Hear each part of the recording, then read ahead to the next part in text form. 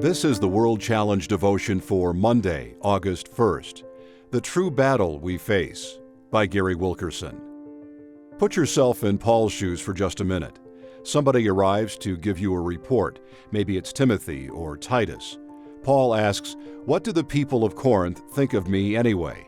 They tell him, "They think your letters are weighty." Maybe Paul thinks, "Wow, that's cool. They kind of like me." The review doesn't stop there, unfortunately. Apparently, people in the Corinth church were saying, "His letters are weighty and strong, but his bodily presence is weak, and his speech is of no account." 2 Corinthians 10, verse 10. Basically, they were saying that his letters were forceful, but he was unimpressive in person, and his speaking amounted to nothing. How would you like to have your livelihood, your whole life, be spoken about that way?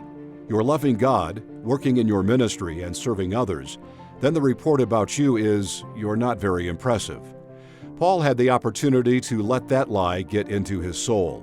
He could have given up and said, "Wow, I've been working so hard and trying to bless these people, and I guess I just don't have what it takes."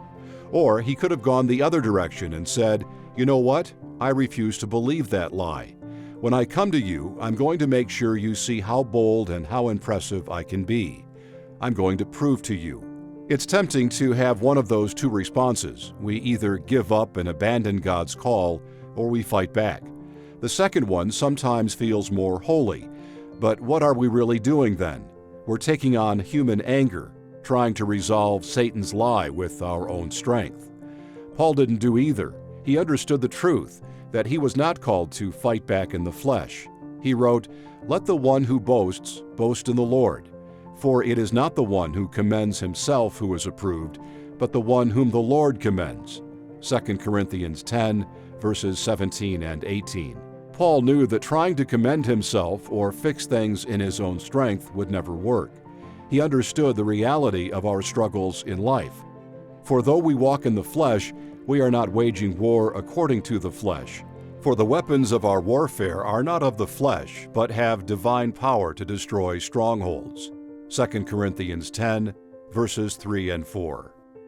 World Challenge, transforming lives through the message and mission of Jesus Christ. Visit us online at worldchallenge.org.